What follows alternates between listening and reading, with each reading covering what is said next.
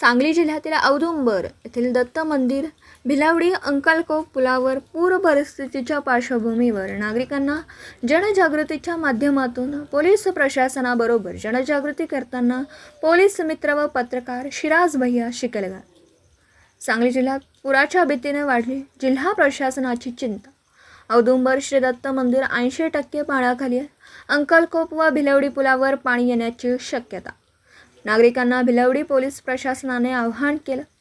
काही ठिकाणच्या नागरिकांना वेळप्रसंगी स्थलांतर करण्याची शक्यता। भिलावडी व अंकलकोप पुलावर ज्येष्ठ पत्रकार पोलीस मित्र शिराज भैया शिकलगार व पोलीस प्रशासन हे जनजागृती।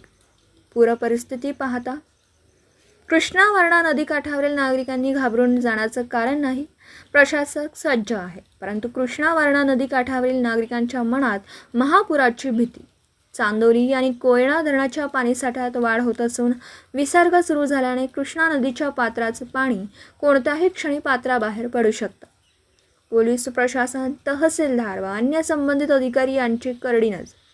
भिलावडी पोलीस प्रशासन व तहसीलदार यांनी औदुंबर दत्त मंदिर येथे पाहणी करत त्या परिसरात पोलीस बंदोबस्त ठेवण्यात आला। तर नदीकाठात हुल्लडबाजी करणाऱ्यांवर पोलिसांची करडी नजर आहे। नदीकाठी हुल्लडबाजी करणाऱ्या तरुणांना सूचनाही देण्यात आल्या। दिवसभरातील घडामोडींचा आढावा घेण्यासाठी पाहत रहा N24 मराठी न्यूज चॅनल।